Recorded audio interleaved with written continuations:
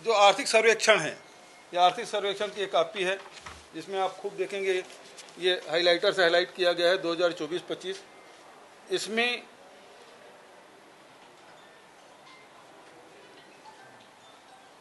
आपने पूर्ण आवास केवल 6 लिखा है, ये देख लीजिएगा, पूर्ण आवास 6 लिखा है।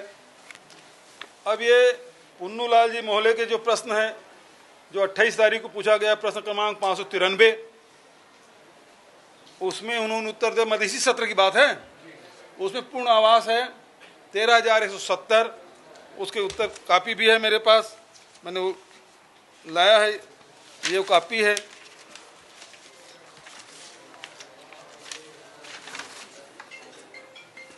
ये पुन्नूलाल मोहल्ले जी के प्रश्न है, उत्तर दिए हैं विजय शर्मा जी।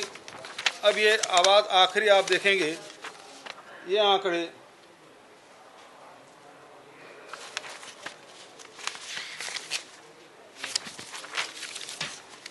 इसको हाइलाइटर से मैंने हाईलाइट कर दिया है, और जिसमें ये पूर्ण की संख्या है 13,170। मुझे उत्तर दे रहे हैं 1,65,000, पुन्नूलाल मोहल्ले जी किसी सत्र में दे रहे हैं 13,000, और आर्थिक सर्वेक्षण में दे रहे हैं केवल 6। तो कौन सा आंकड़े सही हैं? और दूसरी बात, मैंने सवाल किया कि आवास योजना जब बनी तो कितने आवास बनाने थे 2011 के आर्थिक सर्वेक्षण में, वो उत्तर भी नहीं दिया। फिर मैंने कहा आवास प्लस में कितनी थी संख्या, फिर आवास प्लस प्लस में कितनी थी, इसका भी उत्तर नहीं आया। तो ये पूरे सदन को गुमराह कर रहे थे। मंत्री जी खुद कह रहे थे इसमें पूरी जानकारी होना चाहिए, समय बढ़ाया जाना चाहिए। हमने भी मांग की, मैंने लिख के दिया भी अध्यक्ष जी को, आग्रह किया कि इसमें समय वृद्धि की जाए, क्योंकि गरीबों का मामला है, पूरे प्रदेश का मामला है, और प्रदेश की जनता को जानने का अधिकार है कि आवास योजना में उसके लिए क्या हो रहा है प्रदेश में, वो आंकड़े क्या हैं और कितने लोगों को बनना है। क्योंकि अभी बजट में माननीय वित्त मंत्री जी ने कहा कि जो 15,000 वार्षिक आय जिनकी है, जिसे 2.5 एकड़ से 5 एकड़ तक सिंचित रकबा है, उसको भी आवास योजना हम लाएंगे। मतलब अभी तो वो 5.5 लाख स्वीकृत किए हैं, तो 12.5 लाख ये बचा, और फिर वो जो 5 एकड़ तक के है उसको भी देने की बात उन्होंने कही है। उसके सर्वे कब कराएंगे? खैर अभी बजट सत्र है, मैं कह सकता हूँ कि अप्रैल के बाद होगा, लेकिन सवाल इस बात का, इसको कब पूरा करेंगे?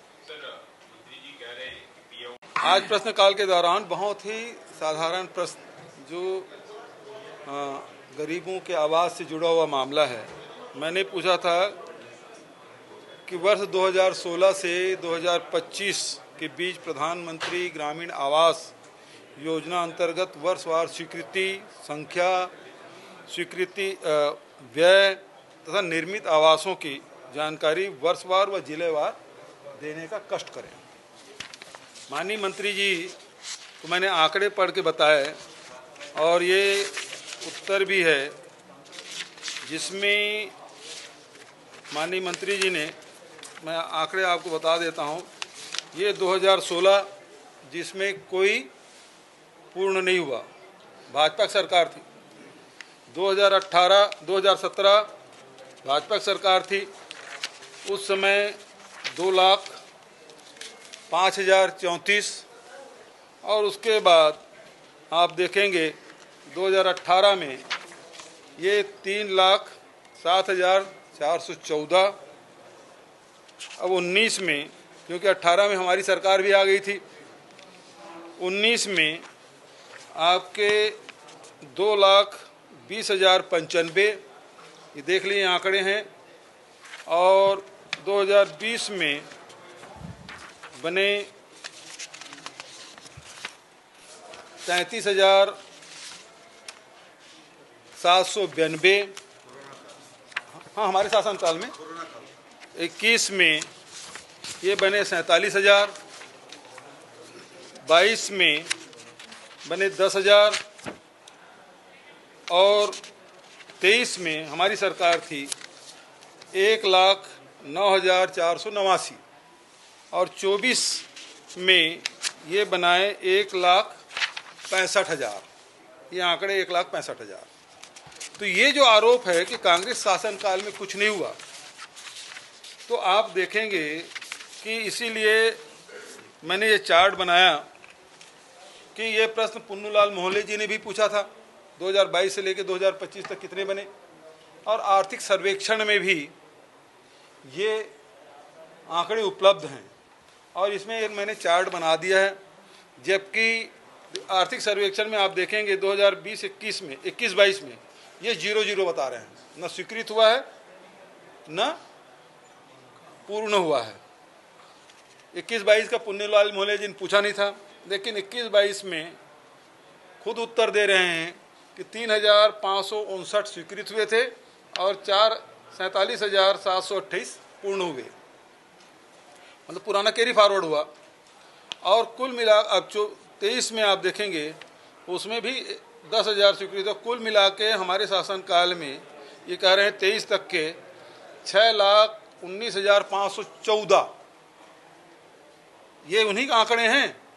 और यदि 23-24 को भी जोड़ेंगे तो 1,09,000, क्योंकि इसमें कुछ हिस्सा अपने में जाएगा, तो कुल मिला के 7 लाख के आसपास आवास हमारे शासनकाल में बने। और इसके शासनकाल में 24-25 में 1,65,620। अब ये आंकड़े उनके हैं। तो अभी तक के सदन को पूरे प्रदेश की जनता के गुमराह कर रहे थे कि कांग्रेस शासनकाल में गरीबों का आवास इन्होंने छीन लिया, जबकि ये खुद आंकड़े दे रहे हैं कि 7 लाख हमारे शासनकाल में बने। अब रमन सिंह जी कहते हैं हमारे शासनकाल में 11 बना, तो 11-7 18 तो बन गया। अब 1 लाख अभी ये स्वीकृत किए हैं, 5 लाख अभी स्वीकृत किए हैं। इसका मतलब ये है 5,50,000 करीब स्वीकृत किए हैं। इसका मतलब ये है कि अभी 12.5 लाख इनको स्वीकृति और देना है। 18 लाख आवास की बात कर रहे हैं। तो पहला ये झूठ पकड़ा गया कि कांग्रेस शासनकाल में कोई काम नहीं हुआ। अब दूसरे इसके आंकड़ेबाजी जो ये कह रहे हैं कि 2024-25 में जो आर्थिक सर्वेक्षण नहीं चर्चा, मतलब सदन में जब बात ट्रेजरी बेंच से है और मैंने लिख के दिया भी सचिव को कि आधे घंटे की चर्चा दी जाए, तो आसंदी से मांग कर रहे हैं। जब उप मुख्यमंत्री सहमत है, हम मांग कर रहे हैं, वो सहमत है, तो निश्चित रूप से आसंदी अब व्यवस्था देगी, ऐसा उम्मीद करता हूं मैं। विधायकों के लगातार सवाल और 2 बार हो गया महंत जी के सवाल के 2 बार समय बढ़ा दिया गया। तो इसका मतलब ये है कि विष्णुदेव साय की सुशासन ये कुशासन में बदल चुका है, अराजकता में बदल चुका है। कोई अधिकारी किसी की सुनने नहीं, कोई परवाह नहीं कर रहे हैं, मतलब पकड़ समाप्त। देखिए, इसके बहुत सारे सामाजिक आर्थिक कारण होते हैं और जिस प्रकार से मानव तस्करी हो रहा है ये बेहद दुर्भाग्यजनक है कि क्यों आदमी पलायन करता है। तो सबसे बड़ी बात यह है कि आर्थिक परेशानी, और ये जब आखिरी रास्ता होता है पैसा कमाने का, वो देह व्यापार है। कोई लड़की नहीं चाहती देह व्यापार करे, उस दलदल में जाए, लेकिन जब कोई रास्ता नहीं दिखता, या तो कोई धकेल देता है या मजबूरी में उसको स्वीकार करते हैं। तो यदि स्थिति छत्तीसगढ़ में ऐसी आ रही है तो ये विष्णुदेव साय सरकार के लिए ये अलार्मिंग है, खतरे की घंटी है। तो भाई वो प्रवचन ही दे रहे थे, मैं पूछ रहा था, मैंने कहा ये आंकड़े मंतर क्यों हैं, उसका उत्तर नहीं दे रहे थे। मैंने कहा कि हमारे शासन में कुछ नहीं हुआ, तो फिर आप आंकड़े आपने दिए वो क्या है, उसका भी उत्तर नहीं दे रहे थे। फिर मैंने कहा आवास योजना कितने हैं, आवास प्लस में कितना है, आवास प्लस प्लस में कितना है, वो भी उत्तर नहीं दे रहे थे। प्रवचन ही नहीं कर रहे थे तो क्या कर रहे थे, वो उत्तर उनके पास था नहीं। अब वो बोल दिए कि वित्तीय वर्ष और जो वार्षिक कैलेंडर है उसके हिसाब से, तो उसके हिसाब से भी अंतर क्यों आना चाहिए। अंतर थोड़ा बहुत हो सकता है, लेकिन 13,000 और 1,65,000 में बहुत अंतर होता है। और 6 में यदि वित्तीय वर्ष के हिसाब से करें तो आर्थिक सर्वेक्षण में 24-25 में आपने 6 कहा, और पुन्नूलाल मोहल्ले को वार्षिक वित्तीय वर्ष में 13,000 आपने उत्तर दिया, 13,170।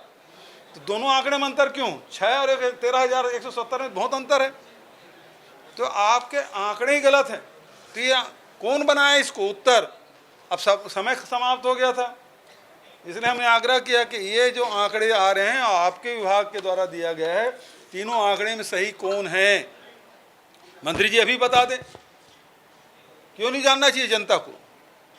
तो ये भारी गड़बड़ी है, इनको आवाज़ देना नहीं है, केवल राजनीति करना है। ये सीधी बात है, अधिकारी क्या दे रहे हैं क्या नहीं है, क्योंकि विधानसभा में मंत्री को जवाब देना होता है और जो अशासकीय सदस्य उसको प्रश्न पूछने का अधिकार है, तो उसका उत्तर तो मंत्री को देना है। तो ये तो इसका मतलब है कि मंत्रियों को विभाग में, मंत्रियों के विभाग में पकड़ नहीं है, बिल्कुल पकड़ नहीं है, उसको जानकारी भी नहीं है, और इसलिए सारे गलत आंकड़े आ रहे हैं ना। प्रवचन उनको इसलिए लग रहा था क्योंकि ये पूरा ठेकरा उनके सर पर फूटता है। ये मैं नहीं कह रहा हूँ भाई, टीएस सिंहदेव जी ने भी उस समय यही कह करके अपने विभाग को छोड़ा हुआ था। और ये आंकड़े कहते हैं, मेरे पास वो दस्तावेज है, जिस दस्तावेज के आधार पर भाई, तो उस समय ही नहीं हो पाया उसको दिखाने के लिए, जिस दस्तावेज के आधार पर यहाँ पर ये राज्य की सरकार ने राशि लेने से, आवंटन लेने से मना कर दिया था। ये दस्तावेज है मेरे पास। विपक्ष ये जो आप कह रहे हैं कि जो कथा है वो लंबी है, तो इसको सुनने का साहस नहीं जुटा पाएगा? बस यही है इस कथा को सुनने का अर्थ ये है कि गरीबों के साथ जो कुछ छत्तीसगढ़ में हुआ, जो कुछ इन्होंने जानबूझ कर किया, ये बहुत गलत है।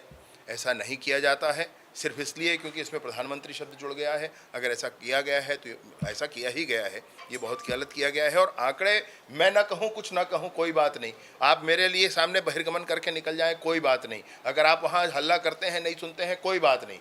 आंकड़े कहाँ जाएंगे? आंकड़े तो कह रहे हैं अपनी कथा, और एक एक घटनाक्रम आज सब कुछ अपनी कथा कह रहा है। किस तरीके से आपको लाखों आवास स्वीकृत किए गए और आपने लिखकर मना कर दिया कि हम इतने आवास नहीं ले सकते, हम 1,51,000 आवास ही लेंगे। वो डायरी भी, वो लेटर भी आपका मेरे पास है।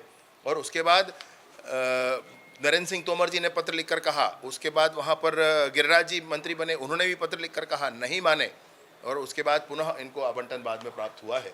तो ये सारी ही चीज़ों को अमान्य इन्होंने किया है, और उस समय जितना आवास मिल सकता था वो सारा आवास छोड़ा है। ये कहेंगे कि कोरोना था, ये कहेंगे कि, तो भैया कोरोना दूसरे प्रदेशों में नहीं था क्या? वहाँ तो किया ना काम।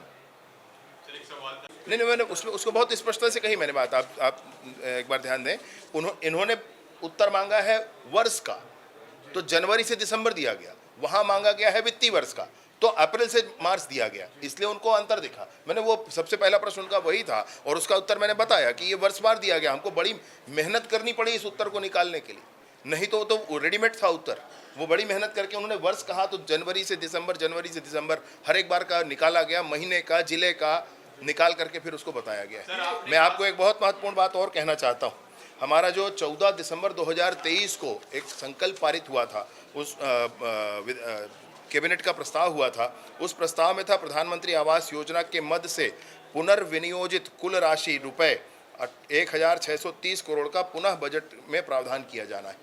ये पुनर्विनियोजन उस समय क्यों हुआ था, ये तो अभी मुझे अध्ययन के समय और ध्यान आया, तो इस बात पर भी आगे चर्चा करेंगे। मतलब ये हुआ ये है कि केंद्र की राशि को आहरण करके और दूसरे मद में उपयोग किया गया, मुख्यमंत्री आवास में कर दिया गया उपयोग, ऐसे हुआ। सर आपने कहा कि पीएम आवास नहीं, इतने समय ही कम पड़ गया, उसमें चर्चा के लिए समय कम पड़ गया। अभी कोशिश करेंगे किसी प्रावधान के अंतर्गत सदन में इस बात की चर्चा हो जाए, ताकि प्रधानमंत्री आवास पर और स्पष्टता सबके ध्यान में आ जाए।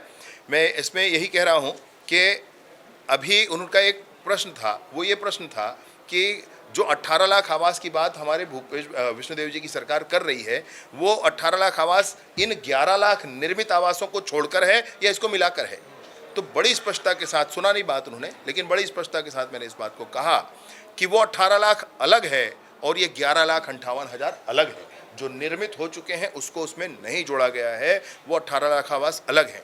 और उसका बाइफर्केशन आप कहें तो मैं फिर से एक बार आपको उसका बाइफर्केशन बता देता हूँ।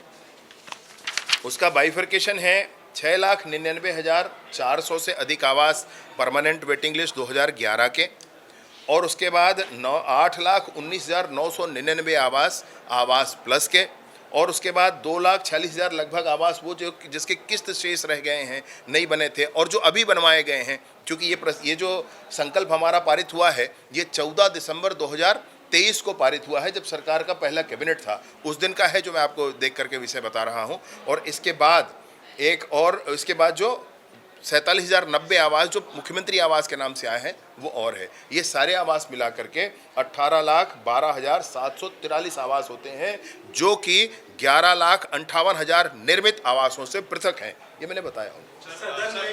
मैं नियत निलानार के अंतर्गत गजब के काम हुए हैं। मैं आपको बहुत स्पष्टता के साथ आपको ये बताना चाहता हूँ कि अभी नई सरकार बनने के बाद